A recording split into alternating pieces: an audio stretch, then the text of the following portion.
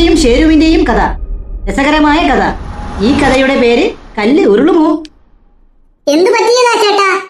എന്തുണ്ടായി? എലിയെ ഒന്ന് കല്ലെറിഞ്ഞതാ. എലിയെ കല്ലെറിഞ്ഞാൽ എലിക്കല്ലേ പരിക്ക് പറ്റുക? അല്ലെന്നേ, ഒരു പാറയുടെ അടിയിൽ കിടന്ന കല്ലാ എടുത്തത്. ചെറിയ കല്ല് എടുത്തപ്പോ വലിയ കല്ല് ഉരുണ്ടിങ്ങ് പോന്നു. അങ്ങനെ വരാൻ വഴിയില്ലല്ലോ. ഒരു വഴിയും കുഴിയും ഒന്നും ഇല്ലെങ്കിലും അങ്ങനെ സംഭവിക്കും. ഇല്ല, അങ്ങനെ ഒരിക്കലും സംഭവിക്കില്ല. അങ്ങനെ സംഭവിക്കും. അങ്ങനെ സംഭവിക്കില്ല.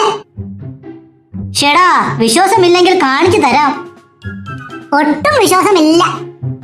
ദാ നോക്കിക്കോ, ഇങ്ങനെ ഇരിക്കുന്ന കല്ല് ഇങ്ങനെ എടുത്ത് അന്നേരം ഇങ്ങനെ കല്ലുരുണ്ട്.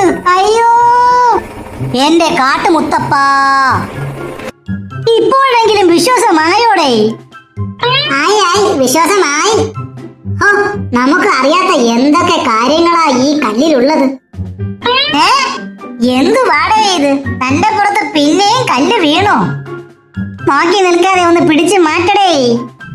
ആ കഴുതയ്ക്ക് വിശ്വാസമാകാത്തത് കൊണ്ട് ഒന്ന് കാണിച്ചു കൊടുത്തതാ. എടാ മണ്ടാ, അപകടം പറ്റിയ കാര്യം ആരെങ്കിലും പിന്നെയും കാണിച്ചു കൊടുക്കുമോ? ഇനി ഏത് കഴുത ചോദിച്ചാലും താൻ കാണിച്ചു കൊടുക്കണ്ട. അങ്ങനെ കുറച്ച് നിമിഷങ്ങൾക്ക് ശേഷം ഇതുകൊണ്ടാ പിന്നെയും കല്ല് വീണെന്നാ തോന്നുന്നത്. എന്താ വീണ്ടും പറ്റിയത്?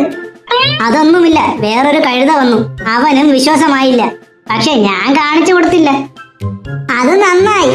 പക്ഷെ കല്ലെങ്ങനെ വീണു? സംശയമുണ്ടെങ്കിൽ അവനോട് തന്നെ ചെയ്തു നോക്കാൻ വേണ്ടി ഞാൻ പറഞ്ഞു. ദേ നോക്ക്, ആ മണ്ടൻ കല്ലിനടിയിലുണ്ട്. എടാ മണ്ടാ, അവൻ ചത്തുപോകില്ലേ?